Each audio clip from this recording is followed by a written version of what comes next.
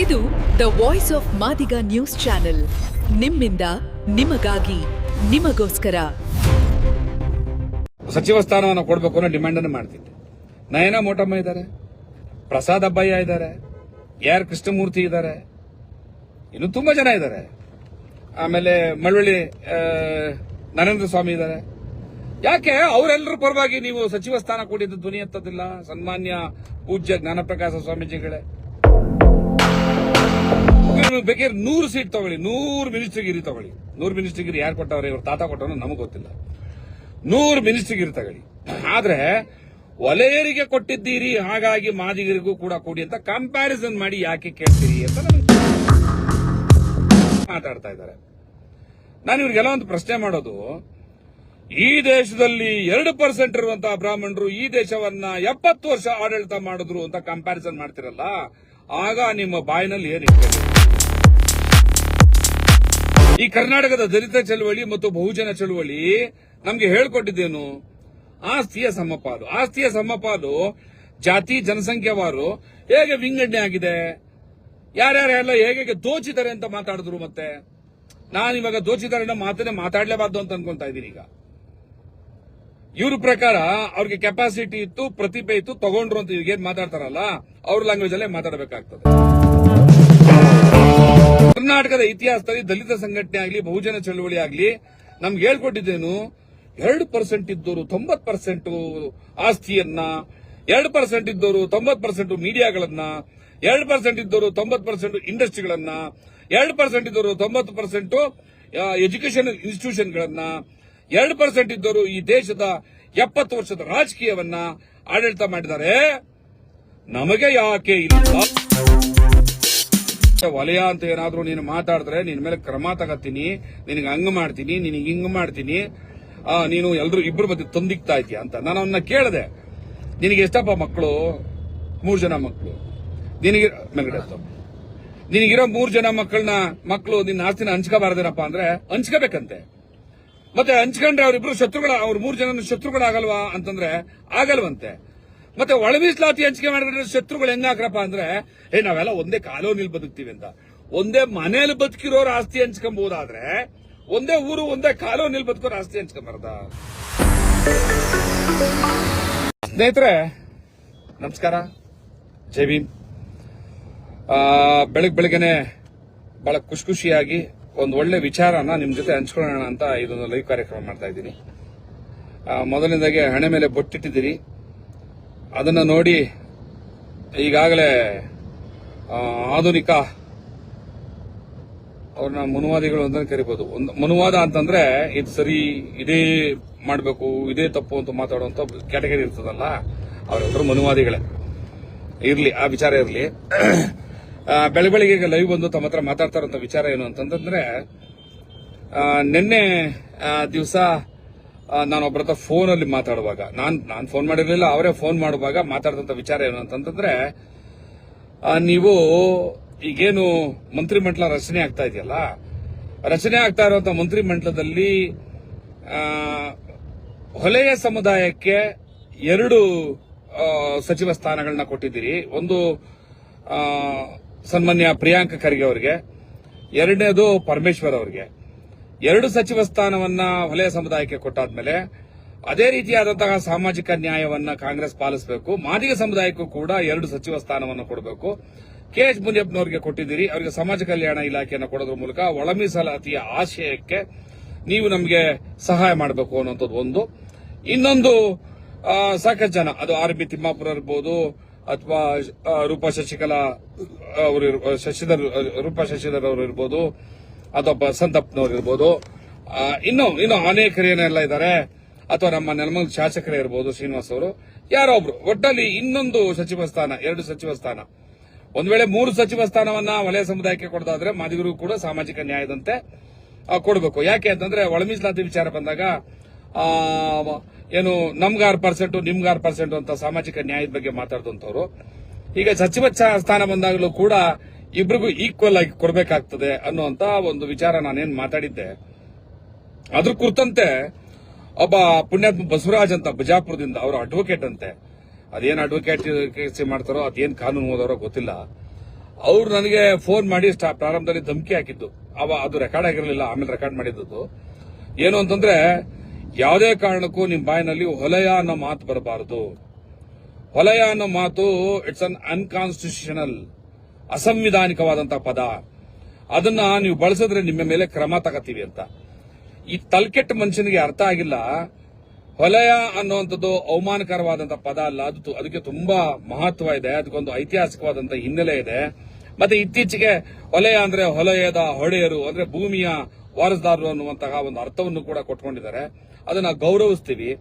ಮತ್ತೆ ವಲಯ ಅನ್ನುವಂತಹ ಒಂದು ಏನು ಚರಿತ್ರೆ ಇದೆ, ಆ ಜಾತಿಯ ಚರಿತ್ರೆ ಇದೆ, ಇದನ್ನ ಬಹುಶಃ ಹಿರಿಯ IPS ಅಧಿಕಾರಿಗಳಾದಂತಹ ನಂಜುಂಡಸ್ವಾಮಿ ಅವರು, ಮಳವಳ್ಳಿ ನಂಜುಂಡಸ್ವಾಮಿ ಅವರು ಬಹಳ ಬಹಳ ಬಹಳ ಬಹಳ ಅದ್ಭುತವಾಗಿ ವಿವರಣೆಗಳನ್ನ ಕೊಡ್ತಾರೆ. ಇರ್ಲಿ, ಆ ವಿಚಾರ ಆ ಕಡೆ ಇರಲಿ. ವಲಯ ಅನ್ನೋ ಪದವನ್ನು ಉಪಯೋಗಿಸಬೇಡಿ, ನಿಮ್ಮ ಮೇಲೆ ಕ್ರಮ ತಗೋತೀವಿ ನಾವು ಅಂತ. ವಲಯ ಸಂಘಟನೆಗಳ ಒಕ್ಕೂಟ ಅಂತ ಕಟ್ಕೊಂಡು ಹೋರಾಟ ಮಾಡಿದಾಗ ಇವರಿಗೇನು ಅನ್ನಿಸ್ಲಿಲ್ಲ. ಕ್ಯಾಬಿನೆಟ್ ಅಲ್ಲಿ ವಲಯರಿಗೆ ಅನ್ಯಾಯ ಆದ್ರೆ ಸರ್ಕಾರವನ್ನೇ ಉರುಳಿಸ್ತೀವಿ ಅಂತ ಜ್ಞಾನಪ್ರಕಾಶ್ ಸ್ವಾಮೀಜಿಗಳು ಮಾತಾಡ್ತಾರೆ. ಇವರಿಗೇನು ಸಮಸ್ಯೆ ಆಗ್ತಾ ಇಲ್ಲ. ಭಾಸ್ಕರ್ ಪ್ರಸಾದ್ ಹೊಲೆಯ ಸಮುದಾಯ ಅನ್ನೋ ಪದವನ್ನು ಉಪಯೋಗಿಸಿದ್ರೆ ಇವರಿಗೆ ನನ್ನ ಮೇಲೆ ಕ್ರಮ ತಗೋತಾರಂತೆ. ಇವನು ಅಡ್ವೊಕೇಟ್ ಅಂತೆ, ಈತನಿಗೆ ಅಡ್ವೊಕೇಟ್ ಅದೇನು ಕಾನೂನು ನನ್ನ ಇದ್ರೆ ನನ್ನ ಮೇಲೆ ಒಂದು ಅಟ್ರಾಸಿಟಿ ಮಾಡಲಿ. ಆಮೇಲೆ ನನ್ನ ಜೊತೆ ನನ್ನ ಮಾತ್ರ ಅಲ್ಲ, ಈ ರಾಜ್ಯದ ಮುಖ್ಯಮಂತ್ರಿ, DCಗಳು, AC ಗಳು, ತಹಸೀಲ್ದಾರ್ಗಳು, ಯಾರ್ಯಾರು ಕ್ಯಾಸ್ಟ್ ಸರ್ಟಿಫಿಕೇಟ್ಗಳನ್ನ ಕೊಡ್ತಾರಲ್ಲ, ಪ್ರವರ್ಗ B ಹೊಲಯ ಅಂತ, ಅವರೆಲ್ಲರ ಮೇಲೂ ಕೂಡ ಇವನು ಅಟ್ರಾಸಿಟಿ ಕೇಸ್ ಹಾಕಬೇಕು. ಹೊಲಯ ಅನ್ನೋ ಪದ ಅಸಂವಿಧಾನಿಕವಂತೆ, ಉಪಯೋಗಿಸಬಾರ್ದಂತೆ. ಇರ್ಲಿ, ಅದು 2ನೇ ಪಾಯಿಂಟ್. 3ನೇ ಪಾಯಿಂಟ್ ಬರ್ತೀನಿ. ಅತಿ ಮುಖ್ಯವಾಗಿ ಈಗ ನೀವು ಕೇಳಿಸ್ಕೊಬೇಕಾಗಿರೋ 3ನೇ ಪಾಯಿಂಟ್ ಏನು ಅಂತಂದ್ರೆ, ಮಾದಿಗರು ನಿಮಗೆ 2 ಸೀಟ್ ಬೇಕಾ, 5 ಸೀಟ್ ಬೇಕಾ, 10 ಸೀಟ್ ಬೇಕಾ, ನೀವು ಕೇಳ್ಕೊಳ್ಳಿ, ನಮ್ದೇನು ಅಭ್ಯಂತರ ಇಲ್ಲ. ಆದ್ರೆ ವಲಯರಿಗೆ 2 ಕೊಟ್ಟಿದ್ದೀರಾ, ಹಾಗಾಗಿ ಮಾದಿಗರಿಗೂ 2 ಕೊಡಬೇಕು ಅಂತ ಕಂಪ್ಯಾರಿಸನ್ ಮಾಡಿ ಯಾಕೆ ಕೇಳ್ತೀರಿ ನೀವು? ಮಾದಿಗರು ನಿಮಗೆ ಬೇಕಾದ್ರೆ 100 ಸೀಟ್ ತಗೊಳ್ಳಿ, 100 ಮಿನಿಸ್ಟರ್ಗಿರಿ ತಗೊಳ್ಳಿ. 100 ಮಿನಿಸ್ಟರ್ಗಿರಿ ಯಾರು ಕೊಟ್ಟವ್ರೆ? ಇವ್ರ ತಾತ ಕೊಟ್ಟವನು ನಮಗೆ ಗೊತ್ತಿಲ್ಲ. 100 ಮಿನಿಸ್ಟರ್ಗಿರಿ ತಗೊಳ್ಳಿ. ಆದ್ರೆ ವಲಯರಿಗೆ ಕೊಟ್ಟಿದ್ದೀರಿ, ಹಾಗಾಗಿ ಮಾದಿಗರಿಗೂ ಕೂಡ ಕೊಡಿ ಅಂತ ಕಂಪ್ಯಾರಿಸನ್ ಮಾಡಿ ಯಾಕೆ ಕೇಳ್ತೀರಿ ಅಂತ ನನಗೆ ಮಾತಾಡ್ತಾ ಇದ್ದಾರೆ. ನಾನು ಇವ್ರಿಗೆಲ್ಲ ಒಂದು ಪ್ರಶ್ನೆ ಮಾಡೋದು, ಈ ದೇಶದಲ್ಲಿ 2% ಇರುವಂತಹ ಬ್ರಾಹ್ಮಣರು ಈ ದೇಶವನ್ನ 70 ವರ್ಷ ಆಡಳಿತ ಮಾಡಿದ್ರು ಅಂತ ಕಂಪ್ಯಾರಿಸನ್ ಮಾಡ್ತಿರಲ್ಲ, ಆಗ ನಿಮ್ಮ ಬಾಯಿನಲ್ಲಿ ಏನ್ ಇಟ್ಕೊಂಡಿರ್ತೀರಿ? 11% ಇರುವಂತಹ ಕುರುಬರು ಈ ರಾಜ್ಯವನ್ನ 2 ಸಾರಿ ಮುಖ್ಯಮಂತ್ರಿ ಆಗಿ ಆಡಳಿತ ಮಾಡಿದ್ದಾರೆ. ನಾವು ಇಷ್ಟೊಂದು ಜನಸಂಖ್ಯೆ ಇದ್ದೀವಿ, ನಮ್ಗೆ ಯಾಕೆ ಕೊಡೋಂತ ಯಾಕೆ ಕಂಪ್ಯಾರಿಸನ್ ಮಾಡ್ತೀವಿ? 16-17% ಇರುವಂತಹ ಲಿಂಗಾಯತರು ಮತ್ತಿತರ ಜಾತಿಗಳವರು ಕೂಡ ಈ ರಾಜ್ಯದಲ್ಲಿ ಮುಖ್ಯಮಂತ್ರಿಗಳಾಗಿದ್ದಾರೆ. 22-23% ಇರುವಂತಹ ದಲಿತರು ನಾವಿದ್ದೀವಿ, ನಮಗೆ ಯಾಕೆ ನೀವು ಮುಖ್ಯಮಂತ್ರಿ ಕೊಡೋದಂತ ಕಂಪ್ಯಾರಿಸನ್ ಯಾಕೆ ಮಾಡ್ತೀರಿ? ನಿಮಗೆ ಮುಖ್ಯಮಂತ್ರಿ ಸ್ಥಾನ ಬೇಕಾ? ನನಗೆ ಮುಖ್ಯಮಂತ್ರಿ ಸ್ಥಾನ ಬೇಕು ಅಂತ ಕೇಳಿ. ಅವ್ರಿಗೆ ಯಾಕೆ ಕೊಟ್ರಿ, ಇವ್ರಿಗೆ ಯಾಕೆ ಕೊಟ್ರಿ, ಬ್ರಾಹ್ಮಣರಿಗೆ ಯಾಕೆ ಕೊಟ್ರಿ, ಲಿಂಗಾಯತರಿಗೆ ಯಾಕೆ ಕೊಟ್ರಿ, ಒಕ್ಕಲಿಗರಿಗೆ ಯಾಕೆ ಕೊಟ್ರಿ ಅಂತ ನೀವೇ ಕೇಳ್ತೀರಿ? ಈ ಕರ್ನಾಟಕದ ದಲಿತ ಚಳವಳಿ ಮತ್ತು ಬಹುಜನ ಚಳವಳಿ ನಮ್ಗೆ ಹೇಳ್ಕೊಟ್ಟಿದ್ದೇನು? ಆಸ್ತಿಯ ಸಮಪಾಲು. ಆಸ್ತಿಯ ಸಮಪಾಲು ಜಾತಿ ಜನಸಂಖ್ಯಾವಾರು ಹೇಗೆ ವಿಂಗಡಣೆ ಆಗಿದೆ, ಯಾರ್ಯಾರೆಲ್ಲ ಹೇಗೆ ದೋಚಿದ್ದಾರೆ ಅಂತ ಮಾತಾಡಿದ್ರು. ಮತ್ತೆ ನಾನು ಇವಾಗ ದೋಚಿದಾರೆ ಮಾತನ್ನೇ ಮಾತಾಡ್ಲೇಬಾರ್ದು ಅಂತ ಅನ್ಕೊಂತಾ ಇದ್ದೀನಿ. ಈಗ ಇವ್ರ ಪ್ರಕಾರ ಅವ್ರಿಗೆ ಕೆಪಾಸಿಟಿ ಇತ್ತು, ಪ್ರತಿಭೆ ಇತ್ತು, ತಗೊಂಡ್ರು ಅಂತ ಈಗೇನ್ ಮಾತಾಡ್ತಾರಲ್ಲ, ಅವ್ರ ಲ್ಯಾಂಗ್ವೇಜ್ ಅಲ್ಲೇ ಮಾತಾಡಬೇಕಾಗ್ತದೆ. ಈಗ ದೋಚಿದ್ರು ಮಾತಾಡಂಗಿಲ್ಲ ಇನ್ನು ಮುಂದೆ. ಧರ್ಮಸಿಂಗ್ ಜಾತಿಯವರು ಎಷ್ಟು ಜನ ಇದ್ರು ರಾಜ್ಯದಲ್ಲಿ? ಅವರು ಮುಖ್ಯಮಂತ್ರಿ ಆದ್ರು. ನಾವು 23% ಇದ್ದೀವಿ, ದಲಿತರು, ವಲಯರು, ಮಾದಿಗರೆಲ್ಲ ಸೇರಿ. ಖರ್ಗೆ ಅವ್ರಿಗೆ ಯಾಕೆ ಮುಖ್ಯಮಂತ್ರಿ ಮಾಡಲಿ ಅಂತ ಕಂಪ್ಯಾರಿಸನ್ ಯಾಕೆ ಮಾಡ್ತೀರಿ? ವೀರಪ್ಪ ಮೊಯ್ಲೂರ್ ಕ್ಯಾಸ್ಟ್ ಎಷ್ಟು ಜನ ಇದ್ದಾರೆ ಈ ರಾಜ್ಯದಲ್ಲಿ? ಅವ್ರಿಗೆ ಮುಖ್ಯಮಂತ್ರಿಯನ್ನಾಗಿ ಮಾಡಿಕೊಟ್ರಲ್ಲ, ದಲಿತರಿಗೆ ಯಾಕೆ ಕೊಡ್ಲಿಲ್ಲ ಅಂತ ಕಂಪ್ಯಾರಿಸನ್ ಯಾಕೆ ಮಾಡ್ತೀರಿ? ವೀರಪ್ಪ ಮೊಯ್ಲೂರ್ ಕೊಟ್ಟಿದ್ರೆ ಕೊಟ್ಟಿರ್ಲಿ, ಬಂಗಾರಪ್ಪನವ್ರಿಗೆ ಕೊಟ್ಟಿದ್ರೆ ಕೊಟ್ಟಿರ್ಲಿ, ದೇವರಾಜ ಅರಸೋರ್ ಜಾತಿ ಎಷ್ಟಿದೆ ಕೊಟ್ಟಿದ್ರೆ ಕೊಟ್ಟಿರ್ಲಿ, ಬ್ರಾಹ್ಮಣರಿಗೆ ಕೊಟ್ಟಿದ್ರೆ, ಗುಂಡೂರಾವ್ಗೆ ಕೊಟ್ಟಿದ್ರೆ ಕೊಟ್ಟಿರ್ಲಿ, ರಾಮಕೃಷ್ಣ ಹೆಗಡೆ ಅವ್ರಿಗೆ ಕೊಟ್ಟಿದ್ರೆ ಕೊಟ್ಟಿರ್ಲಿ, ಯಾವ ಸಣ್ಣ ಸಣ್ಣ ಜಾತಿ ಜನಸಂಖ್ಯೆ ಇದ್ದಾರೆ ಅವ್ರಿಗೆಲ್ರಿಗೂ ಕೂಡ ಮುಖ್ಯಮಂತ್ರಿ ಸ್ಥಾನಗಳನ್ನ ಕೊಟ್ಟಿದ್ರೆ ಕೊಟ್ಟಿರ್ಲಿ. ಅವ್ರಿಗೆ ಕೊಟ್ಟಿದ್ದೀರಿ, ನಮ್ಗೆ ಯಾಕೆ ಕೊಡ್ಲಿಲ್ಲ ಅಂತ ನೀವ್ ಯಾಕ್ರಪ್ಪ ಕೇಳ್ತೀರಿ? ನಿಮಗ್ ಬೇಕಲ್ವಾ, ನೀವು ಕೇಳಿ. ನಾವ್ ಈ ಜಾತಿ ಜನಸಂಖ್ಯೆ ಇದ್ದೀವಿ, ನಮಗ್ ಕೊಡಿ ಅಂತ.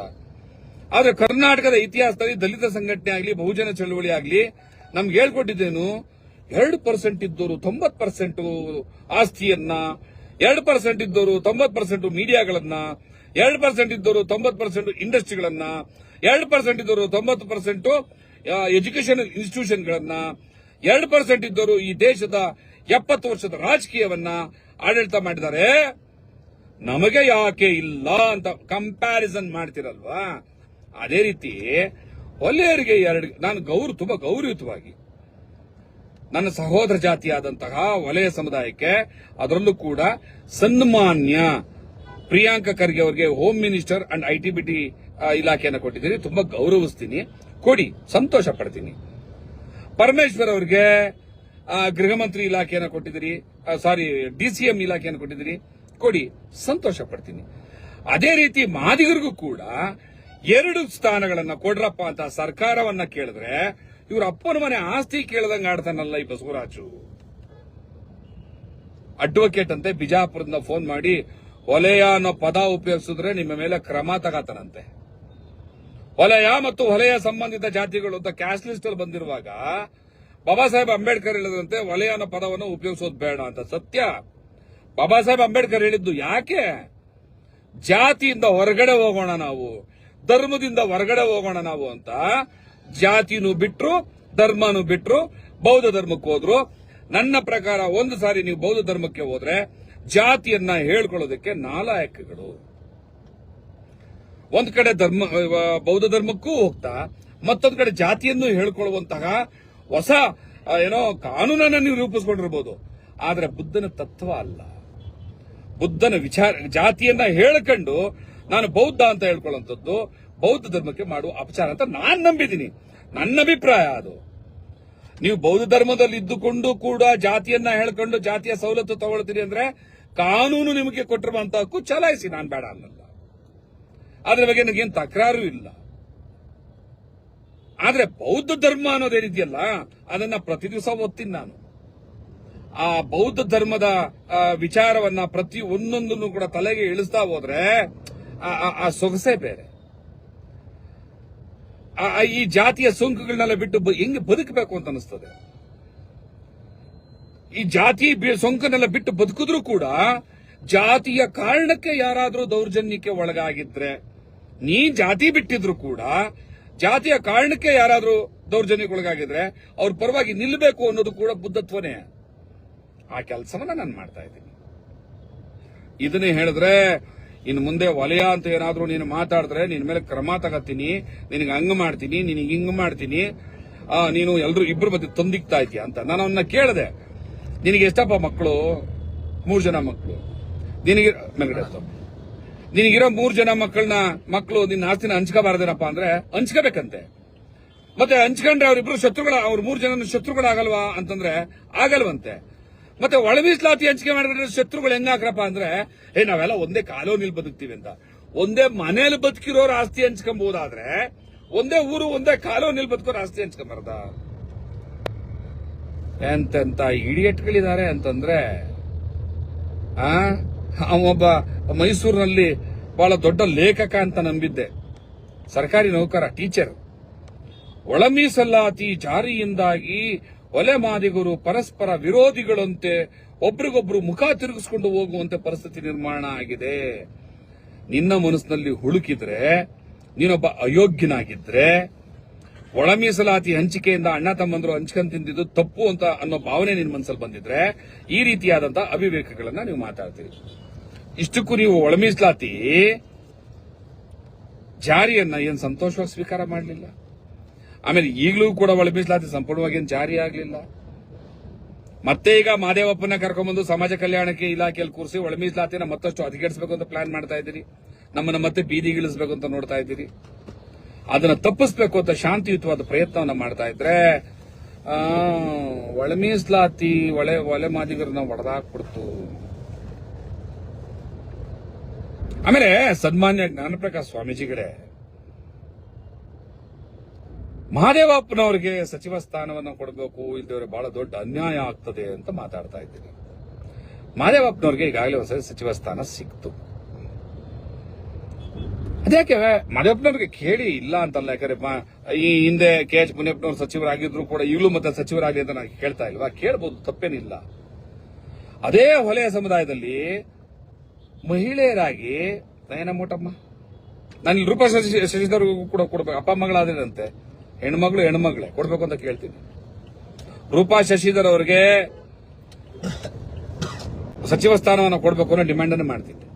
ನಯನ ಮೋಟಮ್ಮ ಇದ್ದಾರೆ, ಪ್ರಸಾದ್ ಅಬ್ಬಯ್ಯ ಇದ್ದಾರೆ, AR ಕೃಷ್ಣಮೂರ್ತಿ ಇದ್ದಾರೆ, ಇನ್ನು ತುಂಬಾ ಜನ ಇದ್ದಾರೆ. ಆಮೇಲೆ ಮಳವಳ್ಳಿ ನರೇಂದ್ರ ಸ್ವಾಮಿ ಇದ್ದಾರೆ. ಯಾಕೆ ಅವರೆಲ್ಲರ ಪರವಾಗಿ ನೀವು ಸಚಿವ ಸ್ಥಾನ ಕೊಟ್ಟಿದ್ದು ಧ್ವನಿ ಎತ್ತದಿಲ್ಲ? ಸನ್ಮಾನ್ಯ ಪೂಜ್ಯ ಜ್ಞಾನಪ್ರಕಾಶ ಸ್ವಾಮೀಜಿಗಳೇ, ಯಾಕೆ ಮಾದೇವಪ್ಪನವ್ರ ಬಗ್ಗೆ ಮಾತ್ರ ಅಷ್ಟೊಂದು ಒಲವು, ಪ್ರೀತಿ, ವಿಶ್ವಾಸ, ಕುಚುಕು ಗೆಳೆತನ? ಸ್ವಾಮೀಜಿಗಳು ಸರ್ವ ಜನಾಂಗದ ಪ್ರೀತಿ ಒಂದದೇ ಹೋದ್ರೂ ಕೂಡ ಕೊನೆ ಪಕ್ಷ ಹುಟ್ಟಿದ ಜಾತಿಗಾದ್ರೂ ಕೂಡ ಸಂಪೂರ್ಣವಾದಂತಹ ನ್ಯಾಯವನ್ನು ಕೊಡುವಂತಹ ನಿಷ್ಪಕ್ಷಪಾತವನ್ನ ಹೊಂದಿರಬೇಕಾಗ್ತದೆ. ಇಷ್ಟೇ ನಾನು ಹೇಳ್ಬೇಕಾಗಿದ್ದು ಸರ್, ಫುಲ್ ಸ್ಟ್ರೈಟ್ ಇಷ್ಟೇ ನಾನು ಹೇಳ್ಬೇಕಾಗಿದ್ದು. ಮತ್ತೆ ಮಧ್ಯಾಹ್ನ ಈ ಜಿರಲೆಗಳ ಮಧ್ಯೆ ಹಲ್ಲಿಗಳಿಗೇನು ಕೆಲಸ ಅನ್ನುವಂತ ಒಂದು ವಿಚಾರ ಇಟ್ಕೊಂಡು ನಾನು ಮಾತಾಡ್ತೀನಿ. ಏನು ಕಾಕ್ರೋಚ್ ಪಾರ್ಟಿ ಬಂತಲ್ಲ, ಆ ಕಾಕ್ರೋಚ್ ಪಾರ್ಟಿ ಮಧ್ಯದಲ್ಲಿ ಹಲ್ಲಿಗಳು ಸೇರ್ಕೊತಾ ಇದ್ದಾವೆ. ಕಾಕ್ರೋಚ್ ಪಾರ್ಟಿಯ ಕೆಲಸ ಕಾರ್ಯಗಳನ್ನ ನಾನು ಬೆಂಬಲಿಸ್ತೀನಿ, ಅವ್ರ ಉದ್ದೇಶವನ್ನ ಬೆಂಬಲಿಸ್ತೀನಿ, ಅವ್ರೇನ್ ಮಾಡಕೊಂಡಿದ್ದಾರೆ ಅದನ್ನ ಬೆಂಬಲಿಸ್ತೀನಿ. ಆದ್ರೆ ಅವರ ಕೆಲವು ಸ್ಲೋಗನ್ಗಳು ಮತ್ತು ಅವ್ರ ಮಧ್ಯೆ ಸೇರ್ತಾ ಇರುವಂತ